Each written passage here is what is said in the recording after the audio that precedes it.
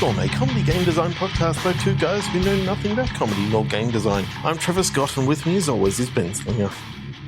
And as we've sat here chatting through the night, I've gotten more and more congested because I'm clearly coming down with something. So I'm sounding a bit nasally and weird. He wasn't about an hour ago. Yeah, just in time for us to record. But anyway, welcome. Yeah, it's what we seem to do now. I seem to come over to Ben's place. We sit in his lounge room. We talk for about an hour and a half. Yeah. And then we start recording. I quite enjoy it. Yeah, it's great. And I just realised that when I did the whole intro, it sounded very much like, I don't know, some radio announcer or some It was guy. very like smooth and clean. Yeah. So that's not going to continue throughout this episode. No, this is messy. This is sloppy. So even after more than 500 episodes, we have each a random word generator in front of us. On the count of 3, 2, 1, click. We're going to take one of those words, throw them at each other, come up with a game design, probably including some sort of match 3 component because that's on my mind at the moment because I love a good match 3. I mean, there isn't enough so good ones versatile. At the moment. And then we just see what happens after that. 3, 2, 1, click pitch. Is that your word? No. Click pitch. Photocopy. Promise. Ooh. Okay. So one thing that's interesting about a photocopy is the sort of the idea of like a copy of a copy of a copy, right? Degrading over time with each copy. I kind of like the narrative hook of some sort of promise, whether it's a contract, a check, just a note to someone. You know those really shitty things that sometimes people give like other people like a book of coupons of things, and it's like someone photocopied it. It's like they give on handing, you promised that you if I handed this coupon in, see it's signed and everything. How many of these do you have? I could see that as maybe some sort of narrative thing, and it could be around coupon. Like that's a fun thing, but maybe about like trying to find the original of something.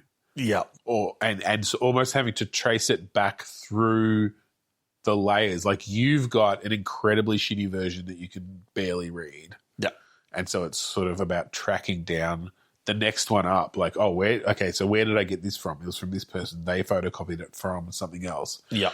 There is something there. There is definitely something there. How can we incorporate match 3? No, this doesn't need to be match 3. I like the idea of this. What about a match 2? You match the 2 copies. That's what a match 2 What about a match 1? All games are a match 1, technically. When you think about it.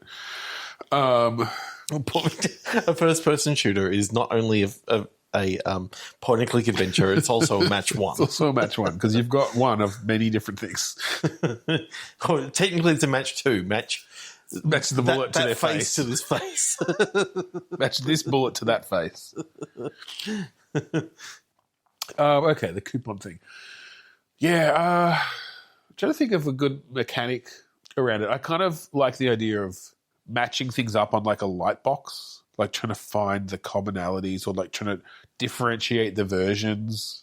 Oh, I like the idea that you actually have this special photocopier with you that you can basically scan any document and convert it into something that you can put onto like a light box. So you can project it up onto the screen so that you can, then scan another copy and see, okay, these are the differences on these two now. And you can see, this one must be a lot older because you can't even read the E on my that's copy. What I mean. Sort of dating them in that sense, comparatively. Until you find that original promise note or the promise area or something like that.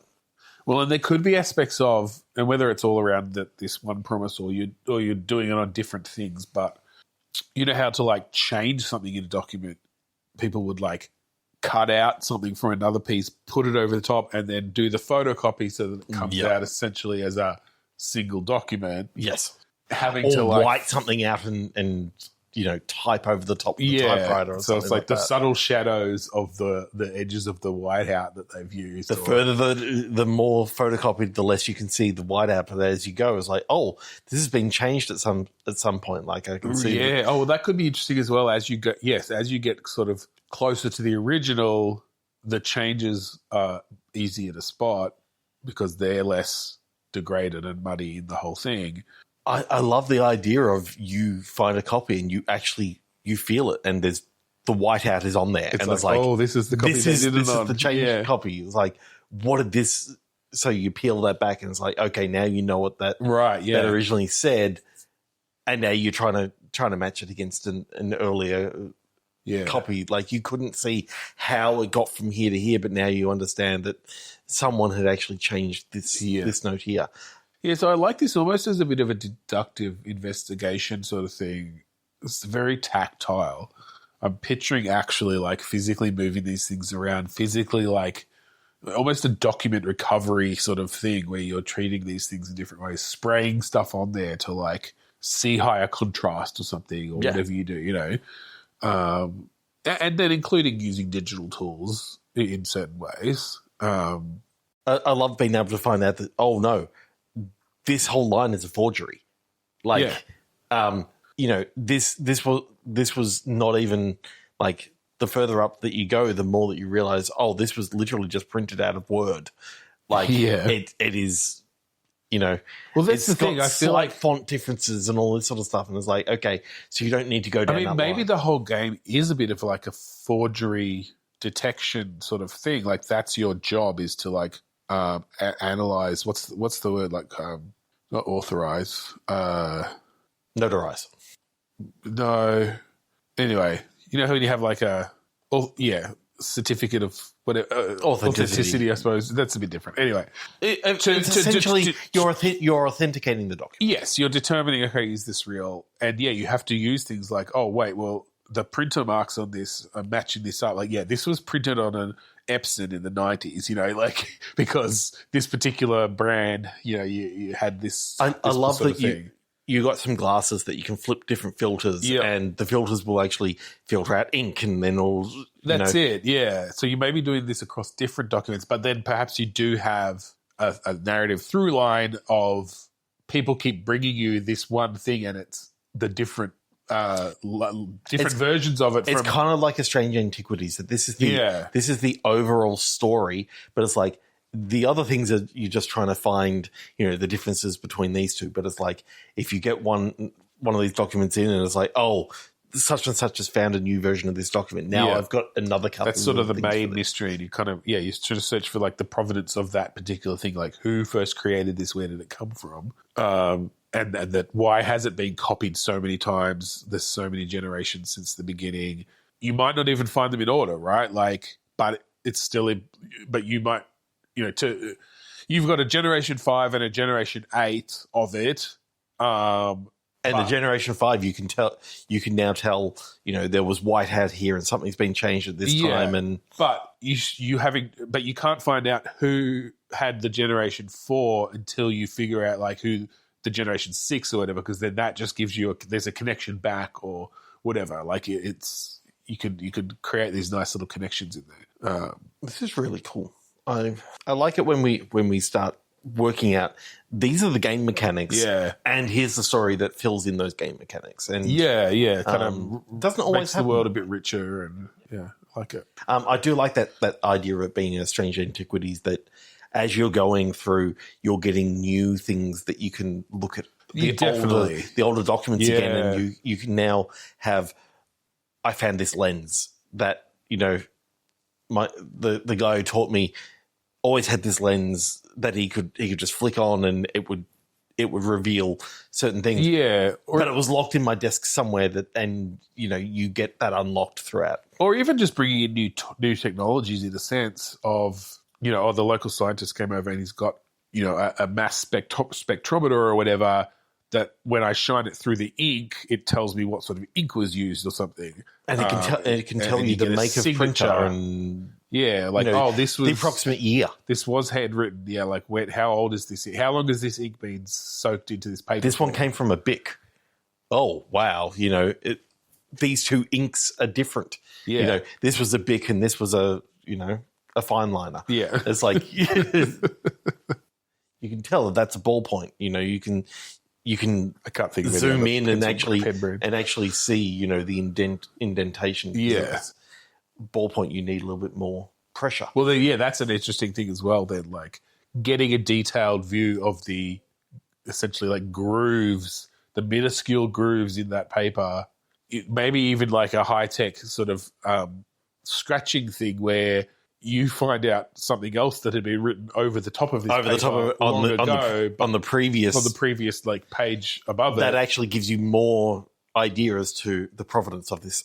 Exactly. Of this like you get, yeah. I like that a lot. That's cool. And the fact that you can then go back to an earlier copy and it's like someone else was writing in another notepad that happened to be sitting on top and use this underneath. Yeah, you're almost able to like place these multiple documents that were at the same place at the same time, layered on top of each other because this other note got written over the top of both of them, sort of thing. It's like, oh shit, that same person had both of these things, and obviously, and it's they don't have to be directly on top. Like line them up then, yeah.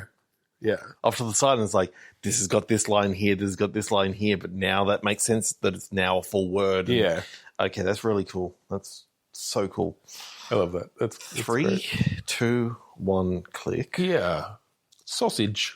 Achievement.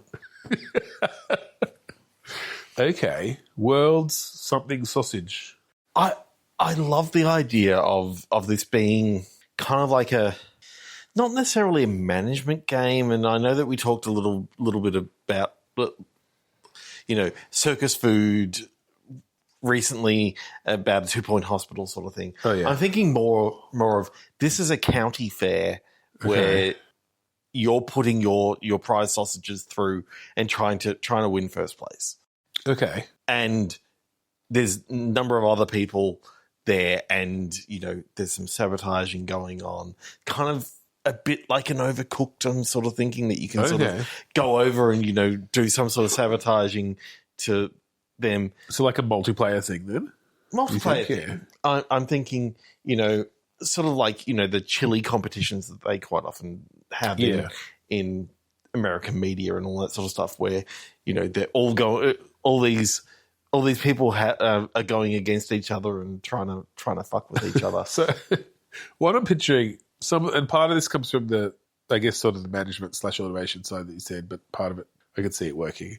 Because I'm imagining that you have to set something up and the sausage just starts extruding out of the thing, and it's coming out slowly, and you have to keep it at like the right temperature or the right tension or something, blah, blah, blah.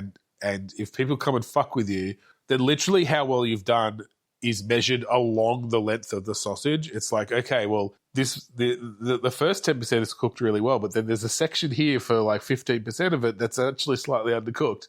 And you just end up with the sausage that defines how well you did. Well, given that you're probably making the sausage there, like you got the casing and all this sort of stuff, and quite often when you're making your own sausages, you're not going to, twist it off and only have these small ones. You may have like one of those big, like a huge long roll of what are they called? That you sort of the sausage meat with the casing that you sort of cook down on one side, you flip over, and it's sort of like the Swiss roll of sausages. Yeah, like a cinnamon bun of sausage, like a pretzel sausage. Now my brain has just gone to, okay, if you've got a Swiss roll, you got the cream in between, you got the jam, yeah, but it's barbecue sauce, it's relish. Oh my god! Why well, has anyone ever hang made a corn dog croissant? Is my question. Why is this not a thing? Why do we not have like a meatloaf that is like a Swiss roll that has like I think we've just invented a new food. We've just invented a new food that should exist and doesn't. And AI could never come up with that. No.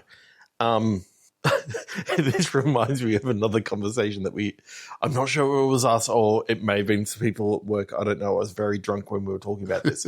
I think they were pizza burritos where you take those sort of nice pizza ingredients and nice and fresh, but you put it into like a burrito and it's sort of like... Yeah. Isn't that like what are they called?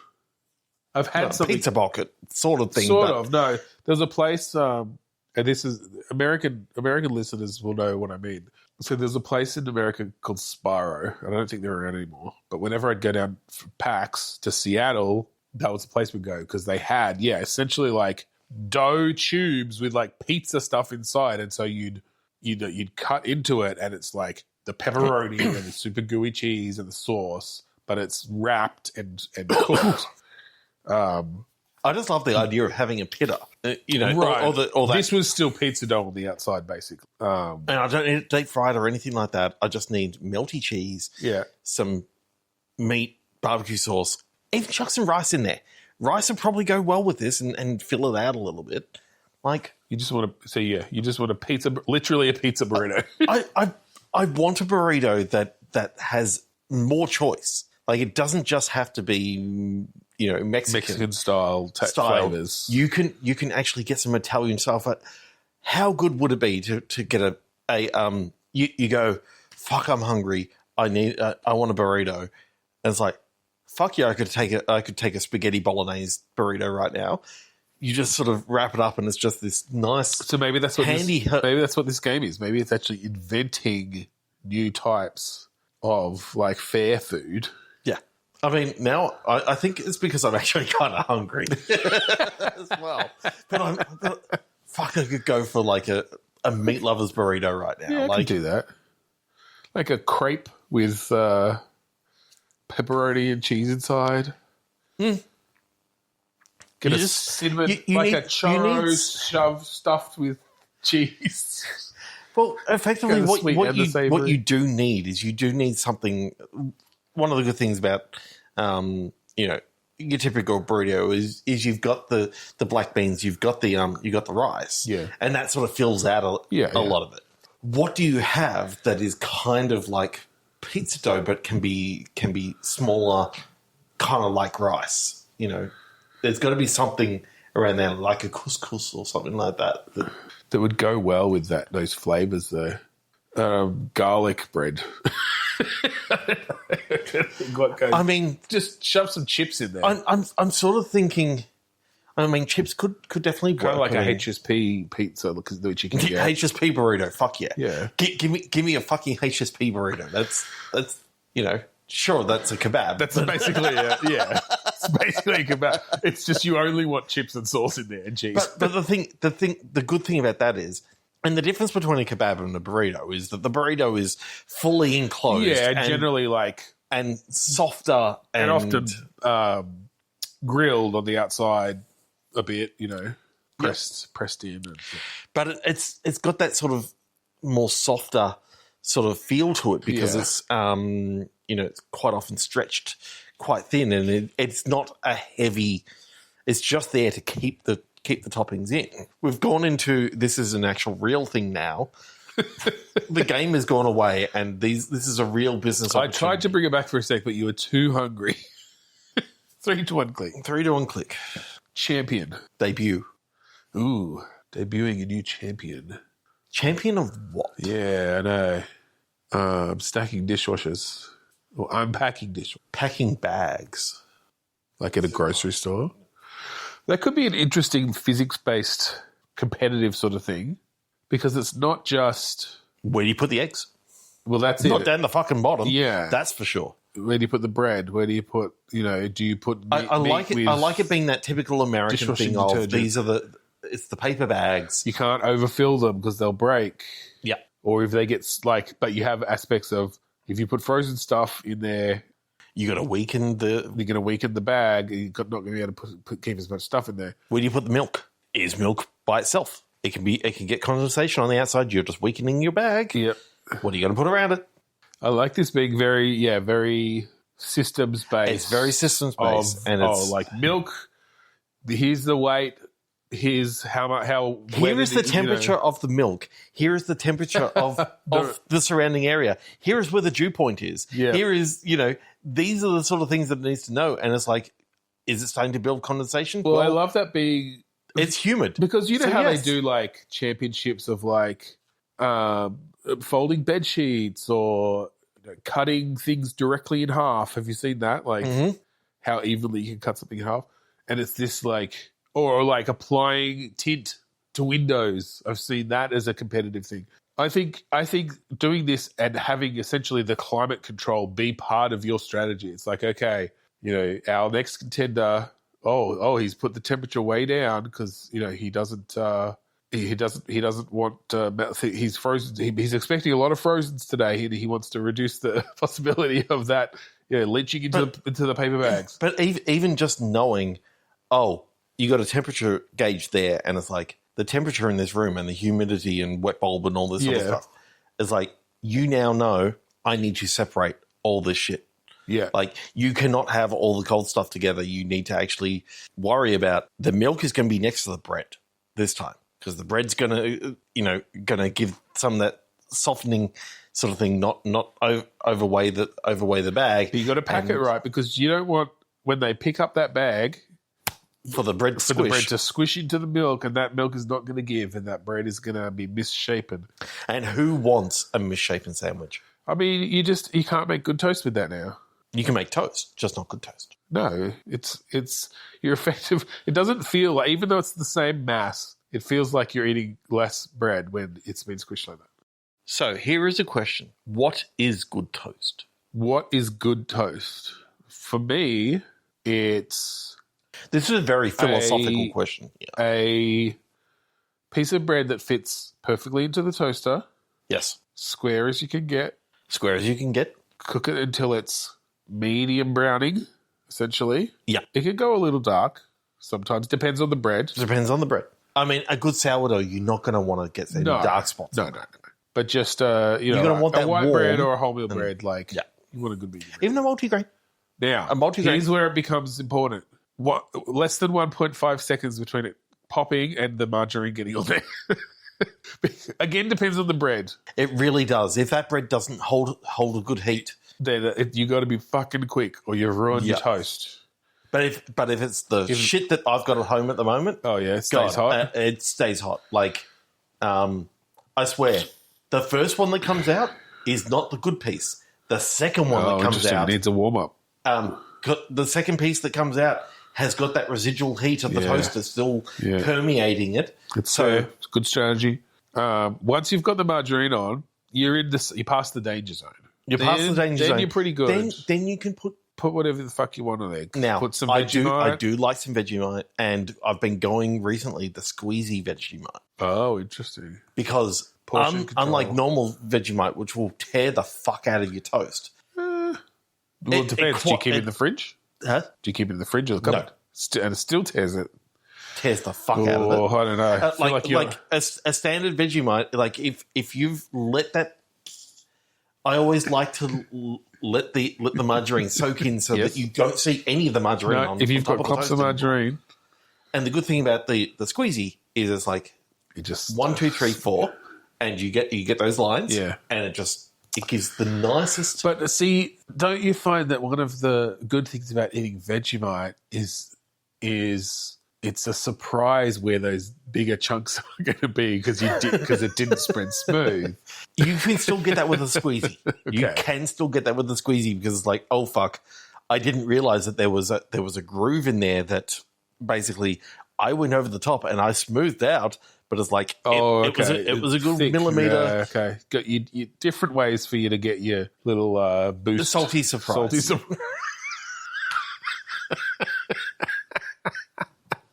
Different ways for you to get your salty surprise. Yeah. Okay. Yeasty too. This is very Australian here, but I think you and I are very much on the line. The perfect piece of toast. I think we're very much on the same page with our perfect toast. What I've been liking lately is a slice of cheese on top. See, the cheese and Vegemite thing I never got. It's not. That's where we differ. Yep. I've never, ever been a cheese and Vegemite guy. Oh, I love cheese and Vegemite. And the type of cheese that I've been going for lately is like the, what's it called now? I don't want to call it the... cheer. Yeah. extra vintage, like the extra tasty version of chia. I don't want to say its old name because its old name was fucking racist. Its old name is a racist slur. But goddamn, that cheese is so damn good. Like, it is good cheese. Having a vintage cheese on there, and because of the residual heat, you need to get that cheese on quick because it needs to be melting. And by the time you actually bite into it, that's to me. Then you're in melt territory. Now, I do like a ham and cheese on a piece of toast. Oh, but the cheese melting is not a necessary part of it. It'll go a bit warm. Yes. And that's fine. It's sort of a little bit starts to limp. Yes, it starts to wilt. Yeah. Wilting limp cheese. It's, the cousin of limp biscuit. It's limp toast. And this is, again, so far away from this is the biggest tangent we've ever been on. This is the biggest tangent they've ever gone on. 500 what toaster sandwiches, Jaffle versus just press? Like, overall, Jaffle. We don't have one at the moment. We've only got a press. Oh. So it's not something I've had for a while. We bought, and this is again, more tangent. We bought a Breville Jaffle maker, and we bought some silicon knives. Okay. So that, because what we found, the first one that we got, they could scratch up. We scratched a little bit, and that started scratching until finally it was constantly getting stuck. Yeah. We have had this second one for 2 years. Yeah, it's pristine. And it is pristine. Not a single thing that's like, the cutting lines on those triangle Jaffle things, they work. Yeah. It cuts. It comes out in two pieces. It cuts fucking pepperoni in half. That's pretty good. It is the best thing. What always went on those, though, when I was a kid, it wasn't the surface, it was the hinge, because you're trying to shove too much stuff in there and then still close it. We haven't talked about what I got taught by Rob, the guitarist of I only just thought about this. Yeah. The guitarist from Kuradust, the song that we play at the start and end of the song, start and end of the podcast, and Defiance by the band Kuradust. He's the guitarist. He would make a triple decker sandwich, and have that nice bit of bread separating. And yes, you would break the fuck out of that hinge by the time that you finished and you squeeze. Not designed for that. Like, grip strength, just try to close that fucker. God. And based on the one time he accidentally did it at my house when we were all really drunk, best with mouldy cheese. I'm pretty sure he'd started eating it and then discovered that the grated cheese that was in our fridge was old and mold-y. Okay, look, there is time for one more quick game, because we owe you a game. Way off tangent. We definitely do. We owe you a game, dear listeners. 3, 2, 1, click. Yeah. Rotate. Galaxy. The first thing my mind went to was some sort of galactic event that happens when your planet is at a certain point in the galactic rotation. So, like, literally this is millions of years. I don't know how fast I guess it depends where you are on the galactic arm as to, or what sort of galaxy it is. But I like the idea of it being a spiral galaxy because we know those fucking things rotate. Yeah. And so I'm picturing this as a bit of a setup to kind of one of those classic, like, disaster movie sort of things of someone figures out, they've looked in the past, they've realized that, this is what it's related to. It's when our planet is at this point in the galactic rotation, it, like, lines up with the fucking quasars. These 4 quasars actually all have a focus on this one point, and it's going to, like, heat up the Earth, the Earth's core more than it should be. Well, it's like the way these quasars are actually positioned. They superheat, like, the photons going through, and it flies through like a fucking railgun. Yeah, and this is going to happen. Essentially, there's going to be 5 railgun-esque bursts that are going to go through certain parts of the earth. And I love that the way that you find out is you're looking through the night sky and you see, oh, that star's gone. And it's like, well, no, even better. Okay, I was thinking, I reckon, so I think what's happening is that, essentially this is the galactic version of the scene where you're strapped down heading towards the saw blade. In that there is this point in space where, yes, arbitrarily these masses of quasars focus and superheat the photons through this place at certain times because they're rotating too, right? Yeah. It's only when their rotations line up. And so you see a streak across the sky. Yep. This is what's discovered. And then you see a huge gouge get cut out of the moon. So it's so close. It is literally like you're not talking a day. This is like hours. I mean, at this point, maybe. Okay. Or okay, maybe not the moon. Then maybe you go further out in the solar system and you see, you've got a nice telescope aimed at fucking Neptune. Oh, so we're talking Earth. I was thinking external, of a planet. Oh, it could be. Yeah. Whatever. Earth-like planet, so we might as well just be Earth. So, and again, I don't know how fast the solar system is moving in relation to the pretty galaxy. fucking quick, it is, but, I know, but it's about the relative, it's all the relative movement. So we can make up however much fucking time we want until it actually gets here. But yeah, I like that imagery of this giant chunk being taken out of a planet, and that's when you're like, oh shit, what is this thing? And you look it up, it's like, oh, Earth is going to travel through that spot. Okay, what I love is that you see this line. There's no dust or anything that you see anymore. It's just that the top of the moon just isn't there anymore. It's like right. It's like this huge section of the moon that is just perfectly cut off at on a weird angle. Yeah, because we know that the moon doesn't rotate. I was sort of thinking it'd be kind of cool if there was like a massive hole in the moon. Oh, and it rotated around so you could see it or something. But of course the moon doesn't rotate. So, well, it does, but it's totally locked. Yes, so it's only the one face is ever showing. That could be kind of a cool. Well, again, or maybe it's fucking Mars. Mars rotates, and then suddenly you can see through it. You can see all the way through Mars, and you can see Jupiter behind it. Yeah. It's like fuck. They happen to have aligned perfectly for this to happen, but it's our game, whatever. Yeah, that's really funny. Okay, so what are you doing throughout the game? So I mean, I think it's the first person. I think it's match 3. You're lighting up planets.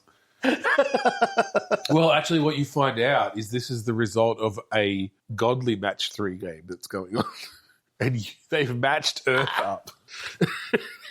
You have to convince them to play a particular move to get Earth out of the way. The bigger that things go, the bigger the things are, the slower that they move, as we all know. So these are massive things, and you actually see, this big finger coming down, just sliding this solar system in line with the other ones, and we happen to be a blue. Yeah, we happen to be that's a blue. It. They lined us up with another couple of blue planets in other solar systems, and it's just going. Yeah, this is right. This is the slow motion effect of our planet being erased from the board, our solar system being erased from the board in a universal game of match 3. Oh, but the thing is, funny. you can't do shit. I love that it's no. This is it. The climax of this is just figuring this out. The main part of the game is you go to work every day, and all you're doing is you're analyzing these documents to actually see whether what the provenance. Going back to our first game, that's the gameplay. Yeah, and this just happens to be part of that game. Yeah, it's like you get to the end of the game, and the match goes through and the whole place it gets blown up. I love the idea that that it is that game. The documents you're doing have nothing to do with that, and we just decide to end the game with the announcement of Earth. The Earth in our solar system was part of a giant match 3 game played by the gods, and is now we're about to be destroyed. The end. That just comes out of nowhere. We didn't know how to finish this game. Sorry. It's like, and now watch the move in fast forward motion, speed. And it's like just someone playing Candy Crush. It's only happening now. It's like if it makes you feel better, it resulted in them getting their high score. After this, they went on to like the Andromeda Galaxy, and they started playing that board. It